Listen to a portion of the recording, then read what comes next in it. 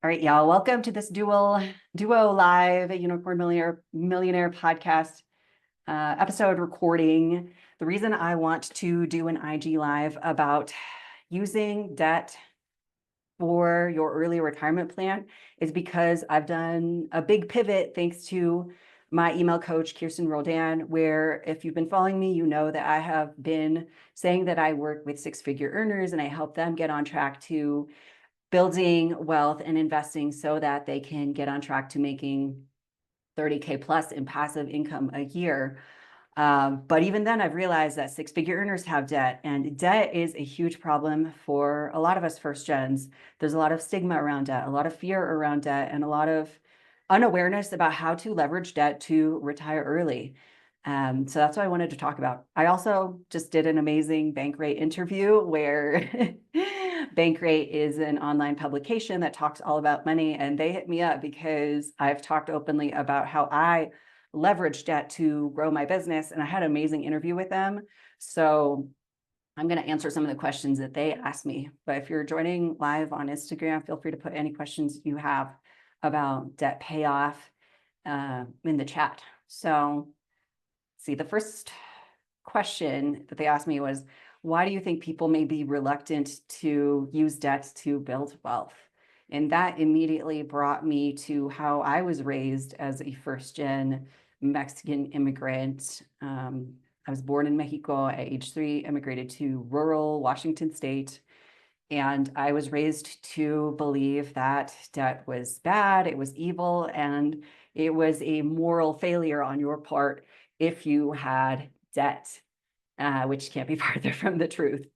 And a specific story that I have around debt was, I'll never forget that when I was a kid, I was maybe 6 years old. This was back in the 90s when you took out a credit card and everything was through the mail and you had to like call to pay off your credit card. But I remember when my parents opened up the credit card statement, they'd just taken out a credit card. They weren't really familiar with how credit cards worked. And then all of a sudden they realized that the interest payment was overdue and it was just a lot of money that they owed. I honestly don't know how much. It probably wasn't even a lot. Porque si son latinos saben que exageramos. But they had a huge fight. They were like blaming each other. They're like, I can't believe we did this. We're never going to use a credit card again. This is a scam. So as a child, I internalized this message of how credit cards were evil and they were a scam and how you should never touch credit cards. They're just out to get you. And that was how I was raised to think about credit cards. They were just something predatory and evil that only dumb people were taken advantage of. And that couldn't be farther from the truth. So fast forward to college, I remember when Bank of America, you know, you probably got one of those crappy Bank of America cards in college that they signed you up for, made you think that you're balling out by making like 1% cash back.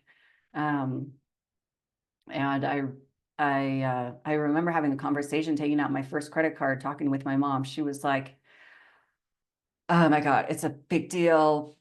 Don't do it. If you have to do it, pay it off in full. There was just so much reluctance still attached to the idea of having a credit card. But I was like, I think I need to do this because I hear like my white classmates talking about how you should start building your credit, right? It's just something that you need to do. So that was a big motivator. A lot of the things that my white classmates talked about motivated me to get it together because just like opening up Roth IRAs, that was not something that was talked about at home in my communities.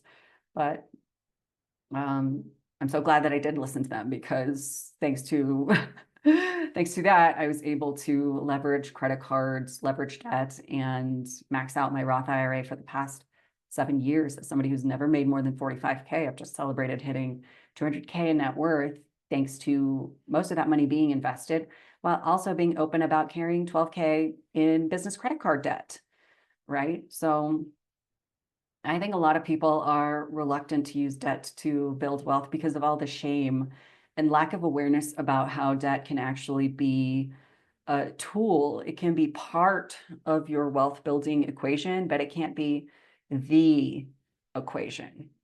Okay, so some of the benefits of using debt to build wealth is that at the end of the day, debt, all it is you are buying money to pay for something that you either cannot afford to pay in full for because you don't have the cash, or you don't want to use the cash upfront to pay for it in full. So that's all debt is at the end of the day.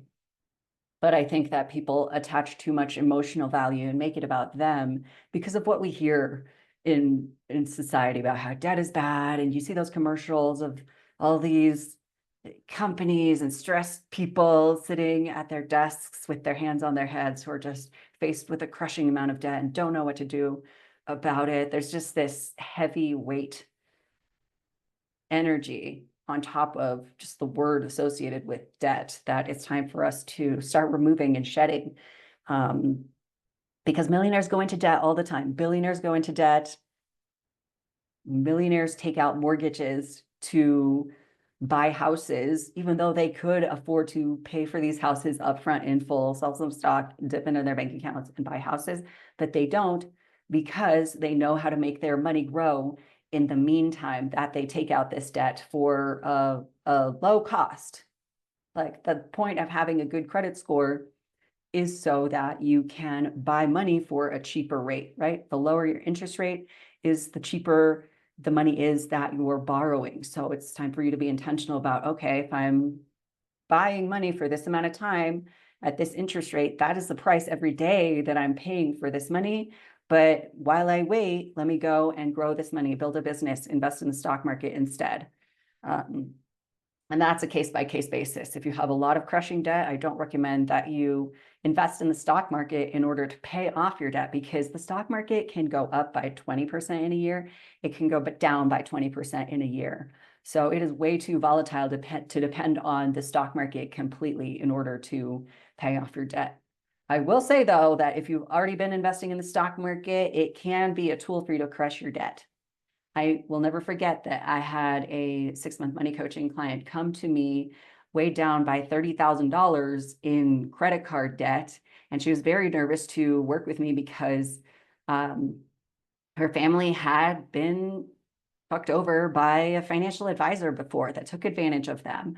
And she's like, how are you not a financial advisor? And I was like, because I'll actually help you heal your money trauma. And I want you to understand what's going on instead of just outsourcing everything and having me take care of your money because you're too scared to deal with it. So I will show you how to manage your money yourself, but that starts with managing your mind.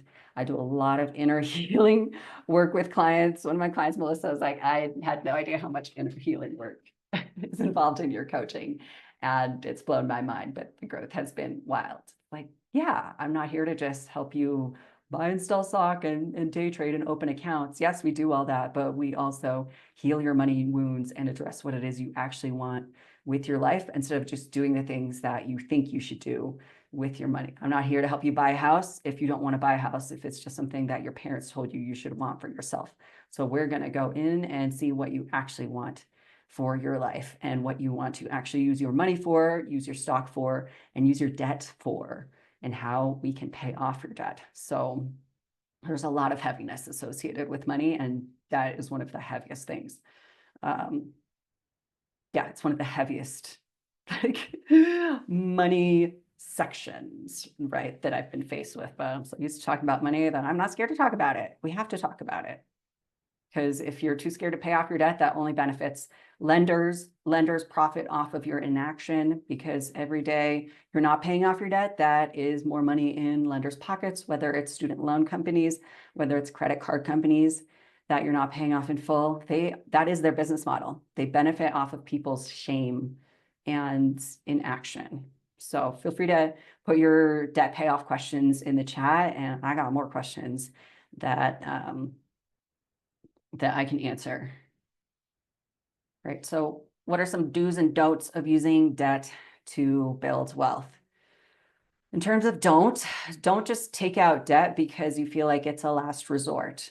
If you see a shiny new sexy travel card with a bonus intro offer, that's like the Chase Sapphire Reserve card right now is popping. It's an offer where I think if you spend 3 or 4K in 3 months, you get 100,000 points and $500 in cash back.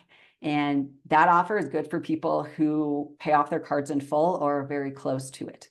I've learned that these credit card companies lure people in with these promises of all these points and free money at the start, but it's kind of predatory because they get a lot of people who can't afford to pay off these cards back. So even if this credit card company ends up giving you $1,000 in cash back and you're not able to pay off the debt that you owe, they will quickly make more than that $1,000 they gave you because they have time on their side that the average person who doesn't understand how to manage their money, they don't have the time or the capital on their side to back up every day. Like in this case, time is money. So I would not just open a credit card just because you think the bonus intro offer is popping if you still have a lot of debt.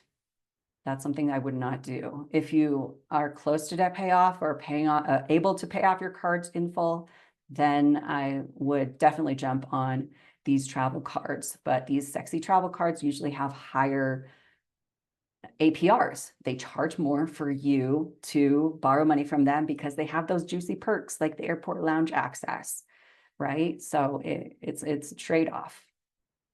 In terms of something I would do with debt, I would see debt as an investment.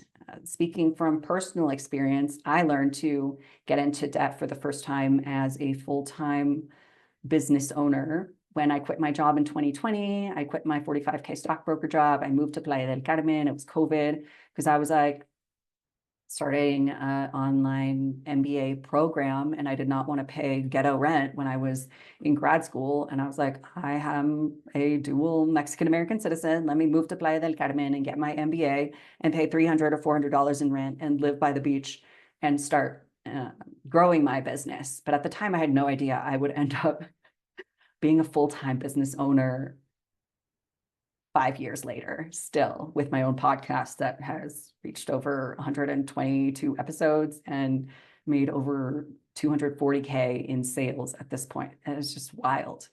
But I do remember starting to shift my mindset around debt when I started getting into paying for business coaching programs. The good business coaching programs are not cheap, y'all, but neither is getting into student debt.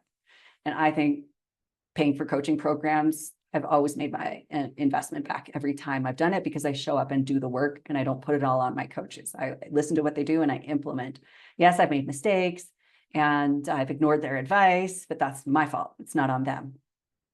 But I'll never forget when I decided I wanted to take my money coaching business more seriously. I was only making a couple $100 here and there, only charging for one-off calls. And then I decided to hire my first business coach, Catel Carmen, and she was charging $3K for 3 months at the time. And that was like the most money I'd ever spent on anything. And I still wasn't in the mindset of getting into credit card debt for that. In fact, I ended up sitting on the beach in after hours after the stock market closed. And I ended up selling $3,000 of my Tesla stock so that I could have the cash immediately to pay off that business coaching investment. I still paid for it with my Chase Sapphire Reserve card so that I could get the points, because at the time I didn't understand how to separate personal from business finances. I didn't have a business credit card at the time, but I was like, I don't want to use up my cash savings, but I do have some stock that I've been growing in my brokerage account. So in that account, I was able to sell stock without waiting to be 59.5, no penalties. I just had to pay a little bit of taxes in it, minimal taxes, because I knew which stocks to sell. And I was in a very low tax bracket at the time too, which does affect the taxes that you pay on your stocks. So if you work with me, I'll show you how much taxes you have to budget for when it comes to selling stock. So I sold that stock and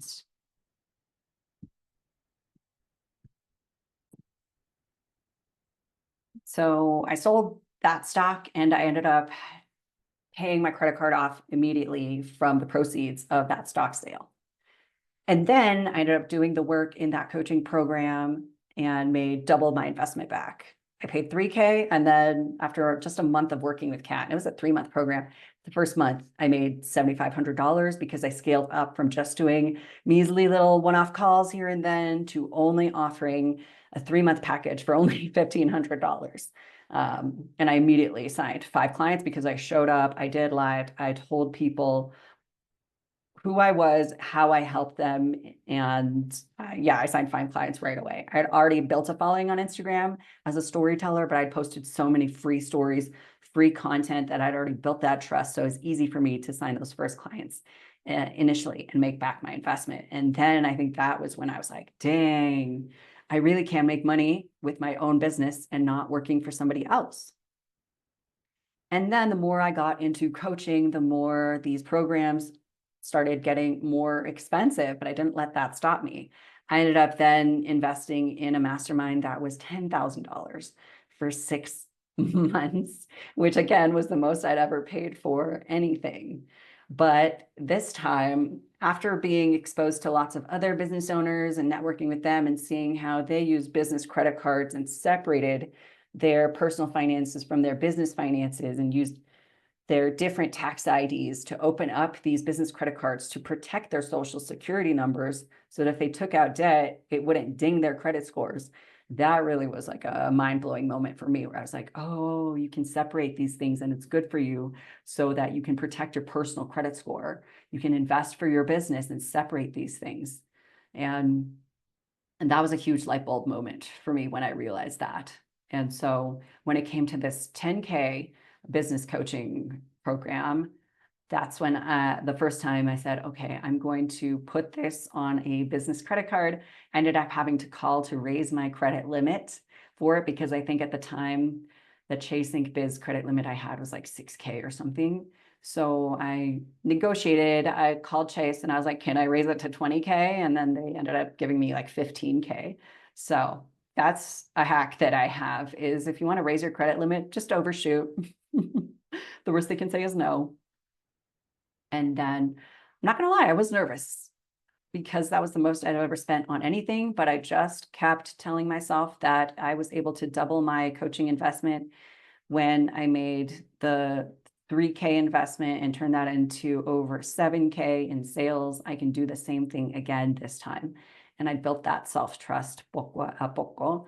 But this time I was like, it's going to be okay if I don't pay off this business credit card in full, but I'll trust myself to do it and I'll watch the interest every month. I won't ignore it. And I think that piece is huge, telling myself that it's okay and that I won't ignore the debt and just keep an eye on the interest. And another thing that's interesting is that when it comes to personal credit cards, interest isn't a tax write-off. But when it comes to if you only use business expenses on your business credit card, I realized that you might be able to write off your business interest, allegedly. I'm not an accountant. This is educational purposes only.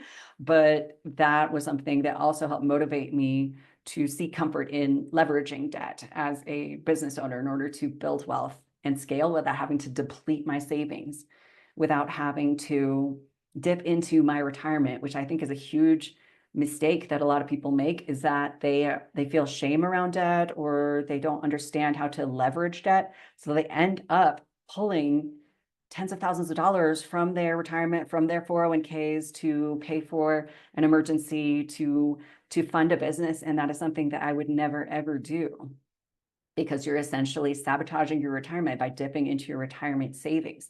I would much rather take out a short-term loan, do the work, trust myself to pay it off than ever dip into my retirement savings. Especially as somebody who's never made more than 45K, the only reason I know I will be able to retire early is because I fully fund my Roth IRA like clockwork at the start of every year. January 1st hits, no matter how much money I'm going to make that year, I immediately fund that account because we don't have time to waste. Because of all the time that I have not been investing throughout my life. As somebody who started at 27, you could think of that as starting really young or think of that as starting really old. But as somebody who has not ever made 6 figures, I have to make up for all the lost time that I didn't have all that income and direct it right into my retirement accounts. If not, then I will never retire. And so That's something that, in addition to leveraging debt, I help my clients of any income level do, is really prioritize their retirement accounts so you can stack that money and have it grow and grow itself. A lot of clients, even my six-figure earning clients, are like, why do you put all that money in your Roth IRA as soon as the year hits? And it's because I want to capture all the entire year's worth of gains every 3 months. Your stocks pay, which is basically like interest in your high yield savings account. But with stocks, it's dividends, which is like interest on steroids. That keeps buying more and more stock if you reinvest it, which is really easy to set it to that.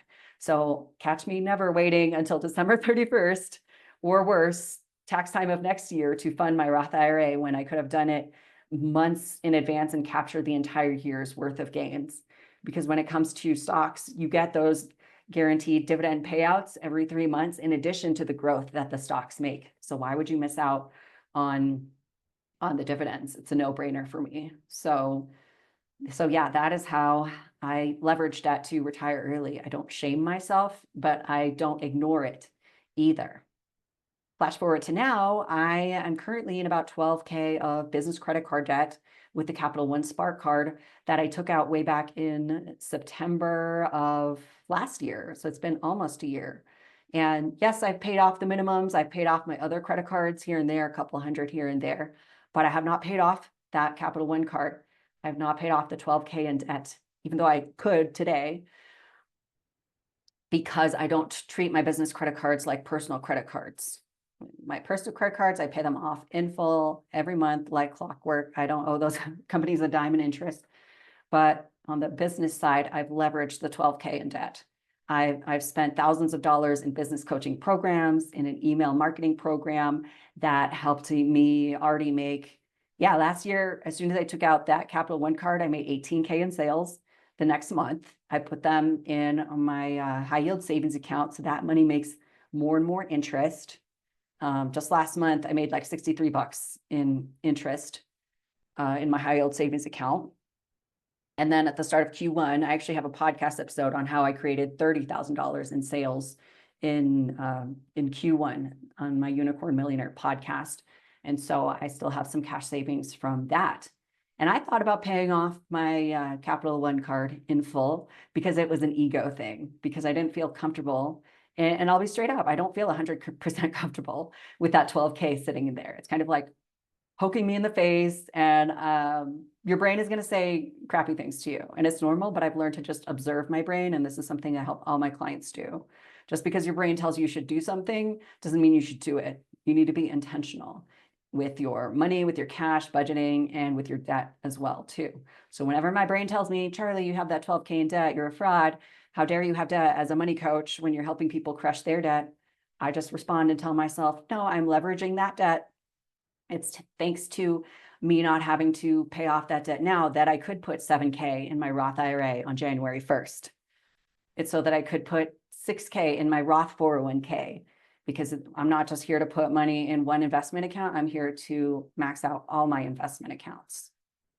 It's thanks to that debt that I'm able to pay myself consistently instead of depleting my business savings and resenting my business, which is a big reason why a lot of people start businesses and they end up quitting, because they aren't able to pay themselves.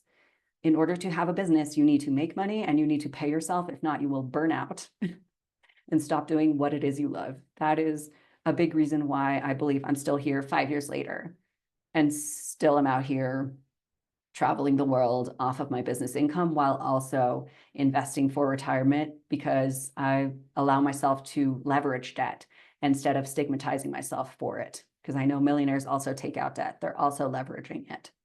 So this year so far, I have not paid a dime in credit card interest because I've built my credit. I've showed lenders that I'm dependable and paying it off. So that in that way, you get rewarded with these 0% APR offers.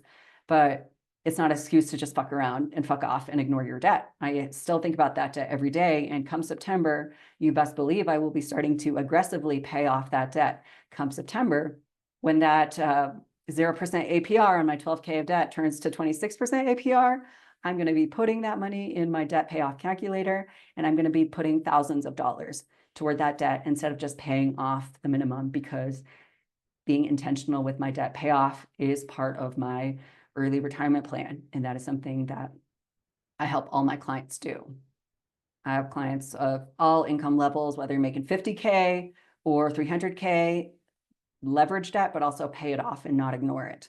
Because like I've said, ignoring your debt, sitting in shame around your debt is how lenders profit. That is their business model. If people stop being ashamed and stop ignoring their debt, these companies would be broke.